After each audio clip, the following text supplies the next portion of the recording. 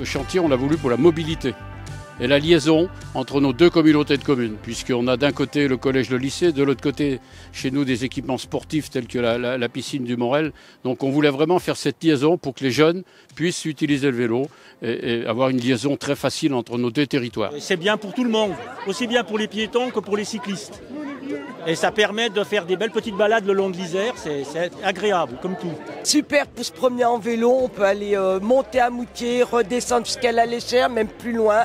C'est impeccable. On est sur 5,5 km depuis la station d'épuration de Moutier environ jusqu'à la sortie de la station thermale de la Léchère. On a une partie en enrobé, donc de 3 mètres de large, plutôt pour les cyclistes, trottinettes, rollers, skate, etc. Et on a à côté toujours une bande en gravier stabilisé d'un au moins 1,30 m de large pour qu'il y ait un peu plus de piétons et de coureurs qui puissent marcher sur cette voie. Et en plus, on a essayé de l'agrémenter d'un certain nombre de tables de pique-nique, de bancs, voire même de stations de réparation de vélos et de stations de gonflage en libre service. Donc voilà, on essaye de mettre plusieurs services autour et plusieurs équipements pour que le parcours soit encore plus agréable et que les gens puissent aussi s'y arrêter. Ça nous permet de faire une petite sortie de vélo lorsqu'on n'a pas beaucoup de temps. On fait 10 km de la Léchère jusqu'à Moutier et au moins c'est sécurisé, c'est bien.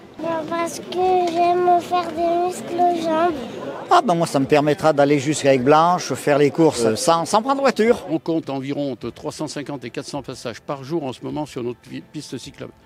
Donc c'est vrai qu'on ne s'est pas trompé. L'État doit être présent aux côtés des collectivités pour impulser le dynamisme, mais aussi pour apporter les fonds utiles à la réalisation du projet. On est à peu près à 2 800 000 hors taxes.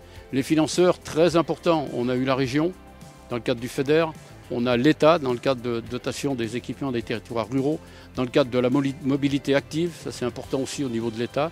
Et puis le département, bien sûr, qui est toujours là à nous accompagner dans le cadre de son plan vélo.